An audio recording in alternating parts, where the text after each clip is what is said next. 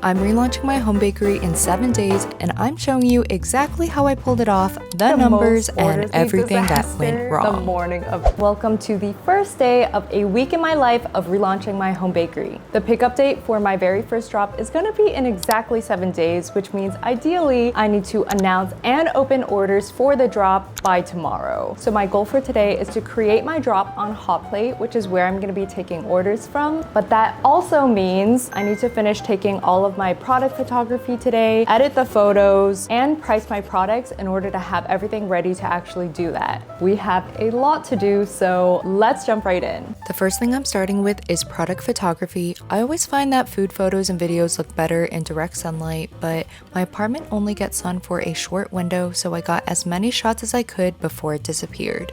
I finished the product photography, so I thought now would be a good chance to actually introduce you to my menu for the launch. The theme for this drop is Beneath the Blossoms because I love cherry blossoms and April to me is all about cherry blossom season. So throughout the last week, I did a ton of recipe developing to make some recipes really inspired by having a picnic beneath these spring cherry blossoms. The first thing on the menu are these Taro coconut butter tteok. I was in Seoul, Korea a few weeks ago and butter tteok was all the rage. There were a bunch of places that sold it and I got to try it a couple times. So I thought, why not hop on the trend? Let me make my own version of butter tteok. Essentially what I've done is a modified version of my Taro coconut butter mochi recipe and I baked it in the style of butter tteok in Madeline molds. They're crisp on the outside and they have a really yummy Taro coconut butter mochi flavor. And I feel like it's a perfect little snack sized dessert that I could picture having at a picnic.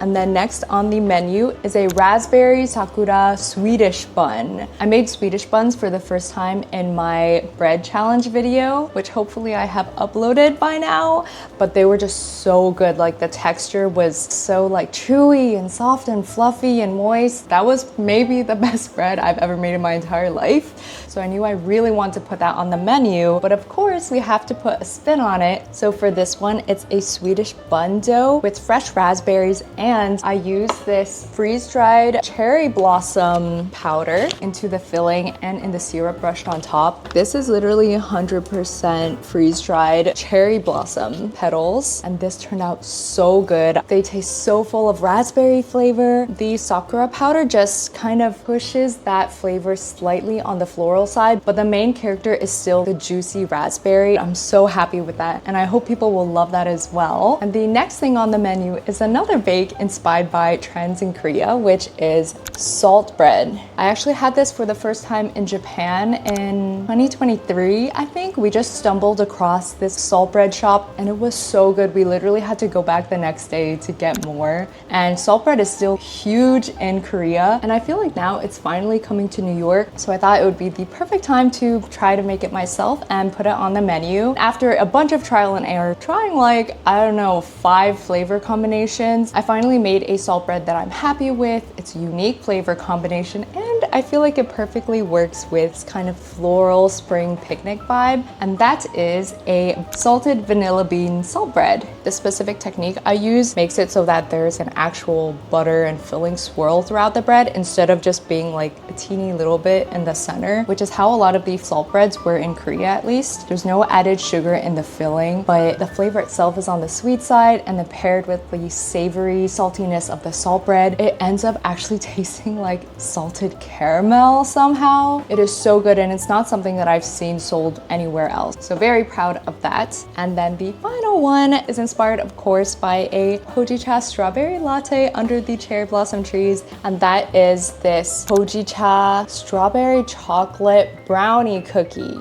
This is basically the hojicha version of the matcha brownie cookies that I showed the process of ideating in a previous video. And then I topped it with dollops of strawberry chocolate, freeze-dried strawberries, and flaky sea salt. I really love this because the brownie cookie is so full of hojicha flavor, and then you have those pockets of really bright strawberry chocolate. As you eat it, it's like an adventure because different bites have different acidity and flavors to them. But yeah, that's the menu. Just 4 items. Next up, I need to import these photos into my laptop and edit them and pick the shots for the actual website. Good morning. Yesterday, I ended up spending a lot of time trying to figure out the pricing for my items. It was a bit of a struggle to figure out what is a price where I'm not gonna be losing money, but also a price that I think people might still hopefully pay for the items, because my items are 30 to 50% bigger than what you would find at a standard bakery. So they do cost a lot more to make. I edited all of the photos for all of the products. I spent a bunch of time this morning revamping my Hotplate page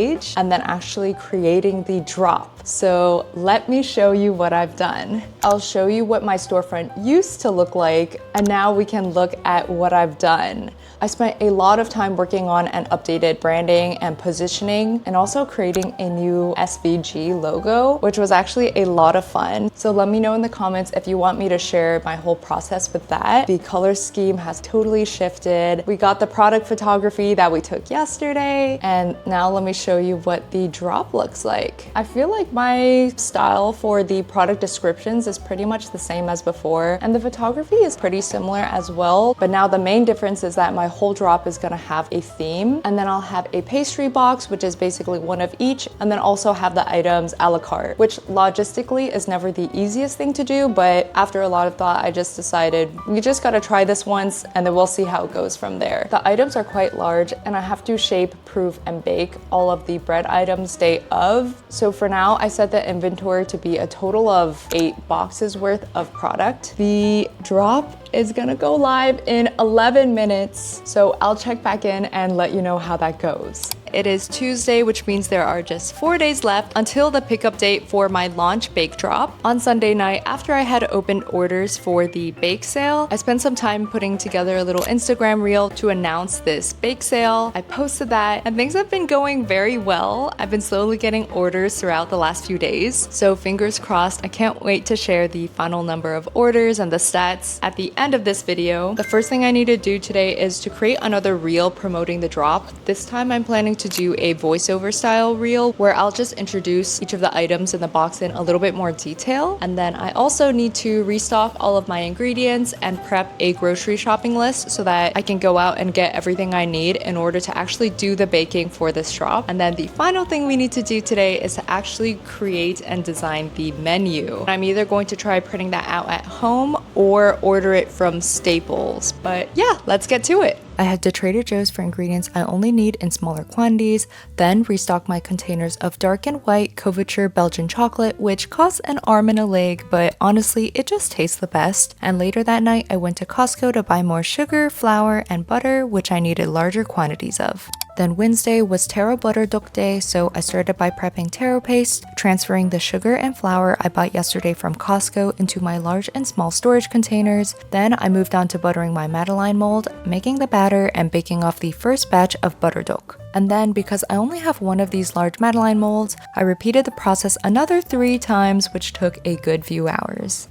Hi, it is Thursday and it's about 8 p.m. We just went to Staples and picked up the first printed version of my menus. With my menu design, I really wanted to include an image in the menu to really clearly communicate the theme and the vision for my pastry box. And that's not something I've done before, so I did have to do a little bit of experimentation. Ideally, I could just print my menus at home. That way I don't have to worry about like last minute if anything goes wrong. I would always be able to, worst case, change the design, reprint it on the spot, but unfortunately the photos came out super washed out when I printed it on my home laser printer. So I did order the design to be printed at Staples as well, and you can just see the huge difference in the printed image quality and color as well. This is the one I printed at home, and these are the ones from Staples. I guess their printer just prints super saturated, but I think I'm definitely just gonna have to go with printing the menus at Staples. But in order for me to have the menus ready Saturday morning, I have to go pick them up tomorrow, which means I have to put in the order today. So I'm gonna work on that next.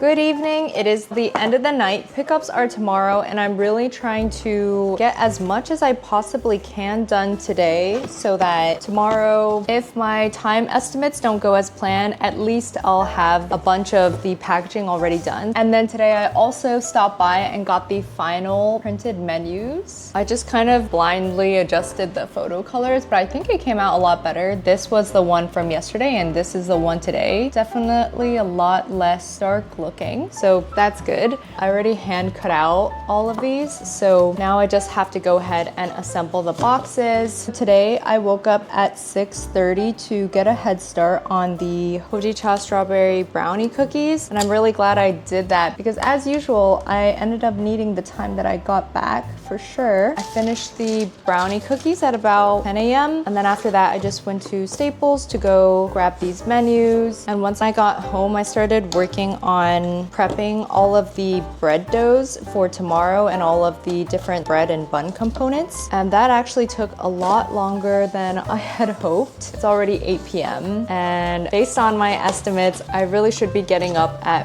4 a.m. tomorrow to start on the bread to make sure that I have time to shape, proof, and bake all of my bread components. So I'm really hoping to finish this up and get to bed so that I can actually wake up and function properly. Tomorrow is gonna be the first time that I have to not only shape, proof, and bake any item ever, but I increase the inventory as well. So this is gonna be quite a large amount for me to bake that I have not done before. So I really tried to factor in some buffer time to make sure that I can get all of that done. Thankfully, the cookies are done. The butter tteok I already finished as well. I just need to toast those tomorrow. So hopefully, fingers crossed, I will be able to finish everything on time, ahead of schedule. I'm gonna be chilling in the morning, just relaxing, drinking coffee. We'll see if I can do that. Because things never go to plan. I finished prepping the boxes, so I'm just putting all my dishes in the dishwasher, and then I'll be off to bed, and I'll see you in the morning.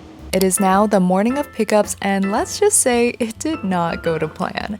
I'll tell you exactly what happened, but I think you can tell from these clips how in a rush I already was at 4:30 a.m. These clips are in real time. I did my best to shape the sakura raspberry buns as fast as I could because I knew I was gonna need every second if I wanted these orders ready for pickup in just a few hours. I scrambled to get all the salt breads done, and not gonna lie, the breads were not my best work visually, but I promise they were still delicious. And without a second wasted, I ran out the door with all my orders ready for pickup at exactly 11:30. I've had some time to reflect, so let's talk through the numbers, what went well, what didn't, and what I'm doing differently next time. Just for some context, I don't have any experience in running businesses outside of my previous small home bakery business, and I don't have any professional culinary experience. I am just someone who loves baking, that has a dream of opening a cafe, and I am learning everything as I go. My pickup date was on a Saturday, and I opened orders on the Sunday before and closed them the Thursday before the pickup. Now, for the last time I launched my home bakery, I had a total of 11 orders at my launch drop, and a large majority of those were for my friends. So I was expecting a little bit less than 11 orders this time around. And that's partially why when I created my drop, I just planned to make enough inventory for like 8 pastry boxes. But in the end, I got,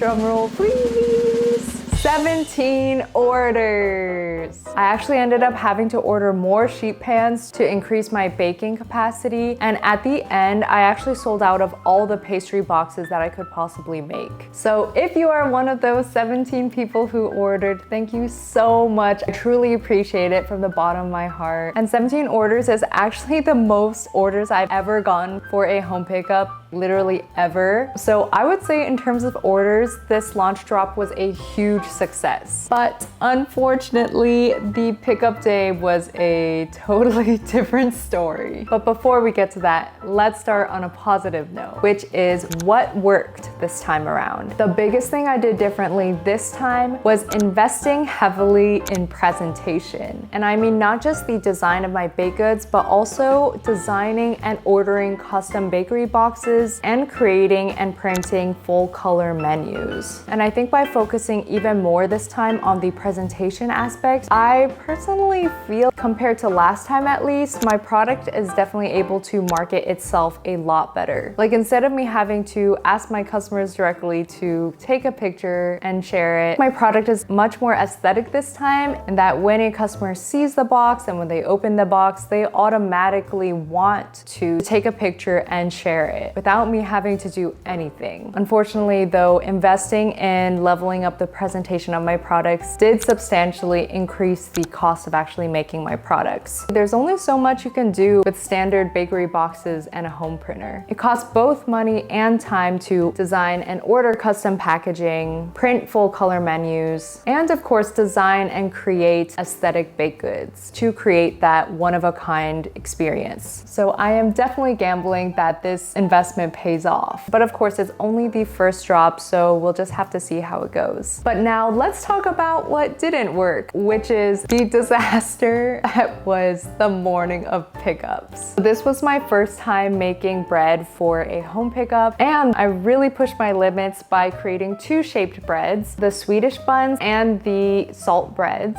I really did try to do everything I could to make sure that the morning of would go completely smoothly. Like the night before, I prepped all of the doughs, all of the fillings, and I woke up at 4 a.m. the morning of pickups to make sure I had plenty of time to shape, proof, and bake both of those items. And also have time to pack all of the boxes and take photos and videos that I could use later. But the morning of, I woke up at 4 a.m., I came out, I opened the fridge, and I saw that the salt bread dough had completely deflated in the fridge. And after I took it out, I tried to work with it, but it was clearly completely overproofed and beyond saving. So that meant that morning, while I was shaping the Swedish buns, I had to make a whole new batch of dough and go through the entire end-to-end process for the salt breads. In that moment, I genuinely didn't know if I was going to be able to complete everything and have these orders ready for pickup in time. But I pushed through, no breaks allowed. I was like completely scrambling the entire morning. I didn't have any time to take any photos or videos. And I literally barely made it out the doors with the orders at the pickup time. It could have been because the previous times when I recipe tested and made salt bread, it was all in much smaller batches compared to this time, which was a batch that was almost 3 times larger. So yeah, it was a very anxiety-filled morning, but from that, I definitely know what I need to do differently next time. In terms of the menu, I'm probably gonna have to limit it to only shaping one bread the morning of by only having one bread type item in the box, or I could make one of the bread items an item that doesn't have to be shaped, like for example, something like focaccia. Or another idea that I'm probably gonna end up testing for the next pastry box is gonna be to store shaped dough in the fridge and freezer and see if I'm able to use that successfully so that at least for one of the doughs, I won't have to shape it the morning of. And another thing that I've learned that I'm gonna have to keep working on is improving my Instagram page to make it a more effective landing page for my business. I kind of started the process by clearing the previous pinned posts on my profile and creating a new post using some of the behind the scene photos to really clearly convey my monthly pastry box concept. But highlights isn't something that I've really effectively leveraged so far, so that's something I want to start working on next. Ultimately, this was just my very first drop, and it's entirely possible that the next drops are not going to do as well, so I'm just gonna have to try my best and see where it goes. I hope you enjoyed this video. Let me know in the comments if you enjoyed it and what you want to see next. As always, stay inspired, and I'll see you in the next one. Bye!